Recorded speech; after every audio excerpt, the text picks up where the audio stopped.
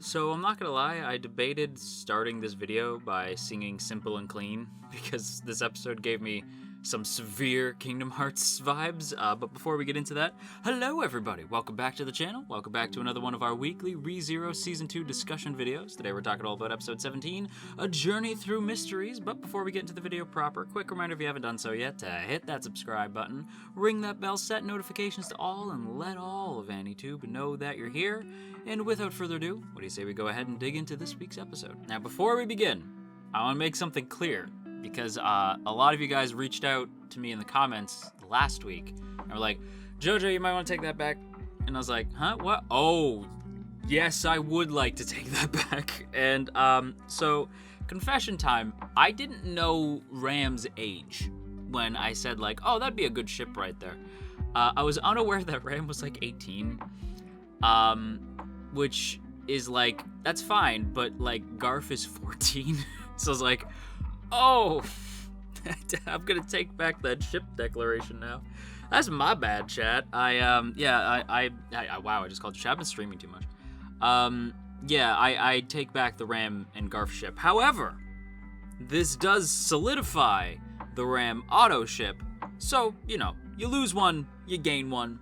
Not a big loss there. Garf can just be our son.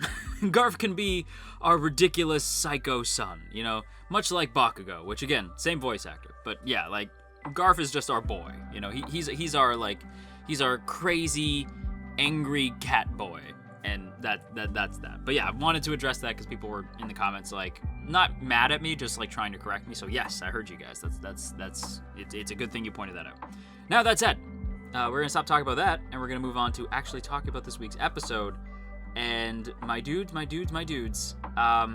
this, when I said at the beginning of the video that this was very much like a dreamlike vibe, I meant it, because oh my god, a Kingdom Hearts vibe, I should say. I meant it because the Kingdom Hearts to me has this sort of dreamlike quality to it, where it's almost like you're running through a Disney slash Kingdom or slash Final Fantasy fan's head, right? Like, it's just this sort of dreamlike world, and you really, really get that this week, especially as we're, you know, like, just jumping along through memories and stuff. It reminded me a lot of Melody of Memories, where the characters are just sort of, like, walking through memories and stuff like that. And it did give me Kingdom Hearts vibes, just the way that they were sort of watching things from a distance and stuff like that. Although the difference is that Emilia and Echidna can't actually interact with anything.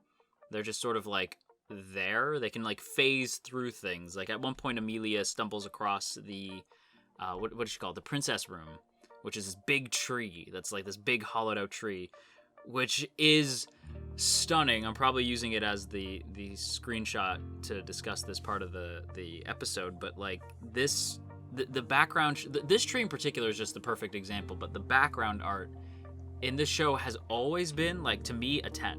Like, I think the background art in ReZero is absolutely phenomenal. Like, I really don't see much compete with ReZero for background art, as far as I'm concerned. It's just my favorite. And the way that they drew the princess room is, like, not the interior, but the exterior, is, again, like something out of a dream. It's just crazy. It's like looking at like a fantasy book, you know, like, and you're looking at the illustrations on the inside. It's like looking at like a D&D book, and you see this like really sort of like watercolor painting of this like crazy tree, and it's just so cool to look at. And the whole episode is full of that, like the village and all that, like the door itself, which kind of reminded me of the FMA door for some reason. But like all this stuff, like in this week's episode, like all the background art, all of the like even stuff that the characters interact with, like it's just so pretty. And the fact that you have the lesser spirits floating around again makes it very dreamlike and very Kingdom Heartsy, and I'm really, really here for it. I thought all of that was absolutely phenomenal. And I really liked the dynamic that it gave Emilia and Echidna, just sort of watching this at a distance and just sort of, you know, commenting occasionally, but for the most part just letting scenes play out and not really talking over, just letting Emilia sort of dial in everything that's happening as Echidna just sort of watches and observes. They do share a good back and forth though, as well, as we see Echidna sort of like taking jabs at Emilia, but they're nothing that Emilia can't withstand. And Echidna even mentions, like, you know, his influence on you is getting stronger and stronger every day, and whether that's good or bad, I don't know. And Emilia's like, really? Huh, that's interesting, right? And I'm like, hell yeah, like, it's nice to see Emilia sort of, like, break out of her shell more. She's actually acting a lot more like her younger self, which is interesting, right? Because in my head, I attributed it to Subaru, that she's acting more like Subaru, and I do think she is to an extent. She even did the Subaru pose last week.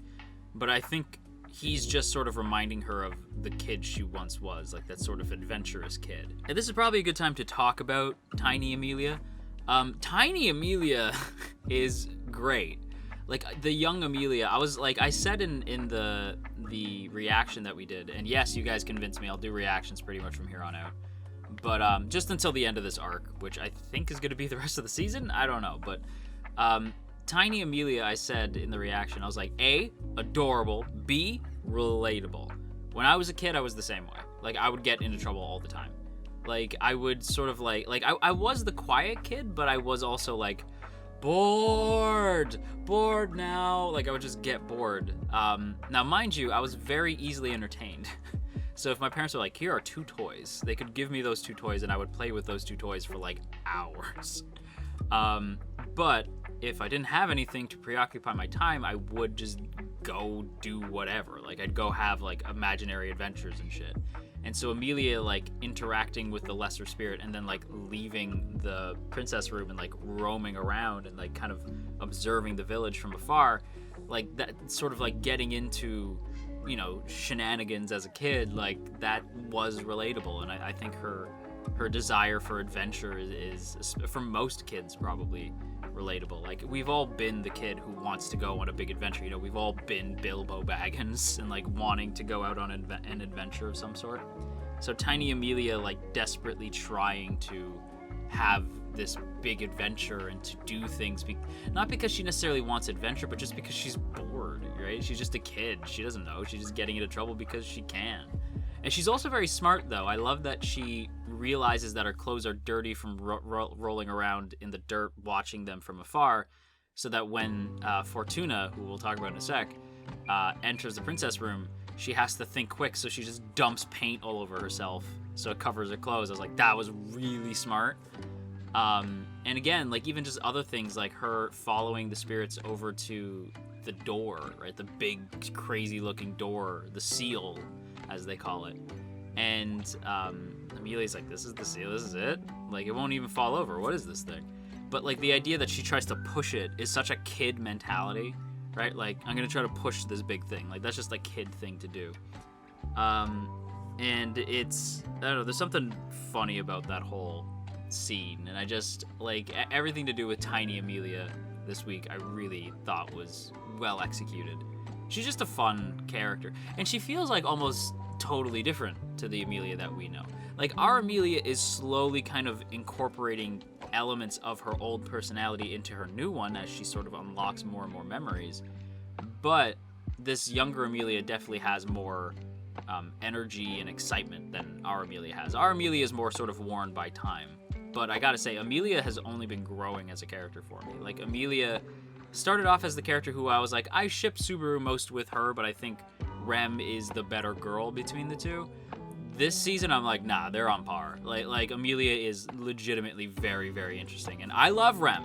Again, Ram, I would say that Ram is my best girl, but if I had to pick, like, a general best girl, it'd be Rem. But that said, Emilia is such a strong character. And when I see people trash on Emilia just to favor Rem, I'm like, that's dumb. You can like both of them, you guys.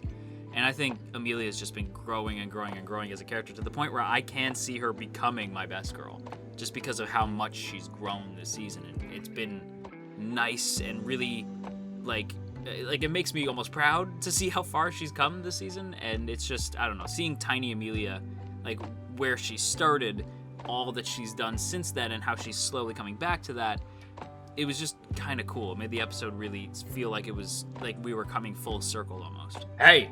As you can see, we are in the Wastelands, which, judging by Dragon Ball Z, can only mean one thing. We are about to scrap. Unless you hit that subscribe button. Thank you. But there are two characters that we gotta talk about this week, and that is Betelgeuse and Fortuna. And yes, you heard me right. Betelgeuse Romani Contides. But he's not like that. This Betelgeuse is like chill and cool and like friends with the elves. The elves! And there's also a Legolas character in this. I don't know. In my reaction, I just kept calling him Legolas. He has a name, I think it's like Archie or something, but I just kept being like, Legolas! Like, oh my gosh. But yeah, we gotta talk about Betelgeuse and Fortuna. And I'm just gonna come out and say it. Geuse and Fortuna are hot. I was like, those are some very attractive character designs. That is strange, because Fortuna I am meeting just now, but she has that ara energy, which I very much appreciate. Very, very much. And Geuse, who I've known as a psycho, but yet here he is as like this handsome dude. And I'm like, this is bizarre. And their dynamic is strong. Like, strong. I was like, wow. Tape really wants me to ship these two. Because, like, this is, like, strong stuff. And they both say that they're, like, old. Like, very old. And I'm like, how old are these two? I don't think we'll ever get, like, an actual number, but I like that they stress, like, no, they've been around a while. And it's, there's just this dynamic between the two where, like, Geuse is, like, saying things that I don't think he realizes are kind of, like, making the heart go doki doki, you know? Because in my reaction, I was like, what happened to this Geuse? Like, this Geuse is, like, kind of smooth, right? But it's like, he's not even meaning to be. He's just saying things that are, like, sort of making her blush without realizing it. And then, oh my god, Fortuna is, like, 10 out of 10. Design, personality, just the things she does in this episode, like, her actions, fantastic. I don't understand how Tape can make you care about characters in like such a short span of time. Like, it's so impressive. I think it comes down to the fact that like they not only have great material to work from in Tape's writing, but also great direction, character designs, and of course well acted. And the thing about their dynamic that I think is really interesting is that it's so strong that for a moment I thought that how do I put this? There's a moment where Geuse is like crying when he sees when he sees Emilia, and just based off their dynamic and the sort of vagueness surrounding Emilia's parentage, I was like, are Fortuna and Geuse Emilia's parents? Like, for a second I thought that and was like, no, that's ridiculous. But like, that's the dynamic of the ship, where I'm like, they're so like I can see them starting a family. That's how strong the dynamic is. I personally thought that it was super good.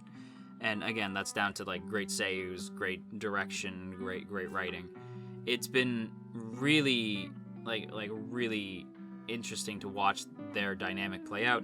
And as we go, I'm thinking like, this is great. Like, we even see them hanging out with Emilia, and they're starting to be this like family dynamic, and I'm like, this is really sweet, and I like this. This is really fun. And then during the reaction, I have to credit Chisa from our chat for saying, why do I hear boss music?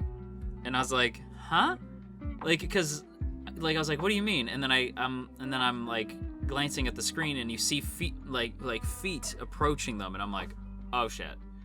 And it was the perfect line, because yeah, there's a reason why we heard boss music, as we see the appearance of a face we haven't seen since the start of season 2, when Regulus Corneus returns. Regulus is back, and I was like, holy crap.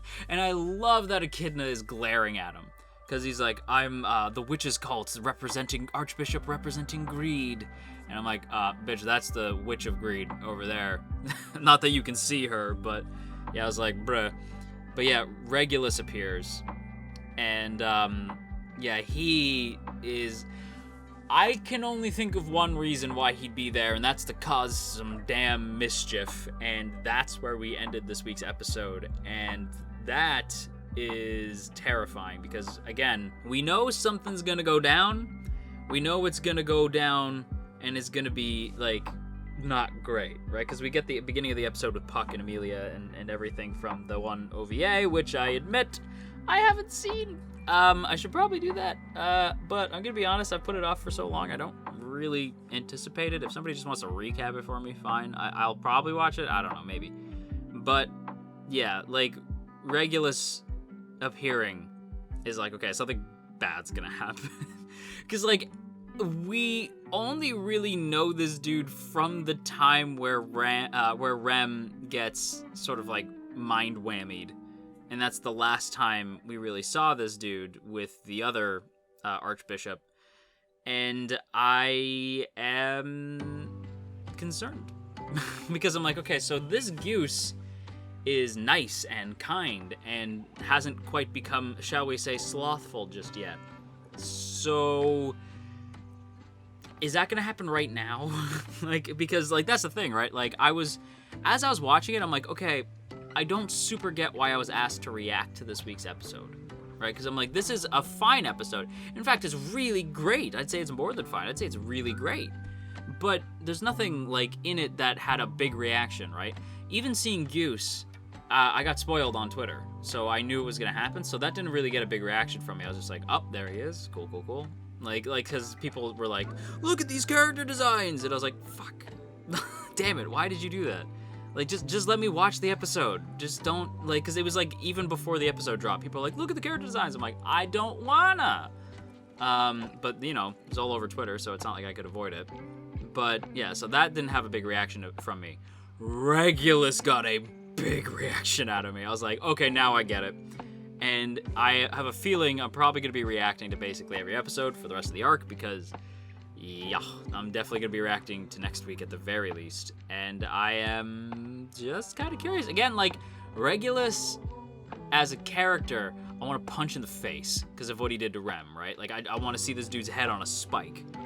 But, goddamn if he isn't entertaining, right? Like, him, it's the same thing with Geuse, right? Where it's like, goddamn if Betelgeuse isn't entertaining when he's evil, right? He's a bastard when he's evil, and you want to see him get his, but at the same time...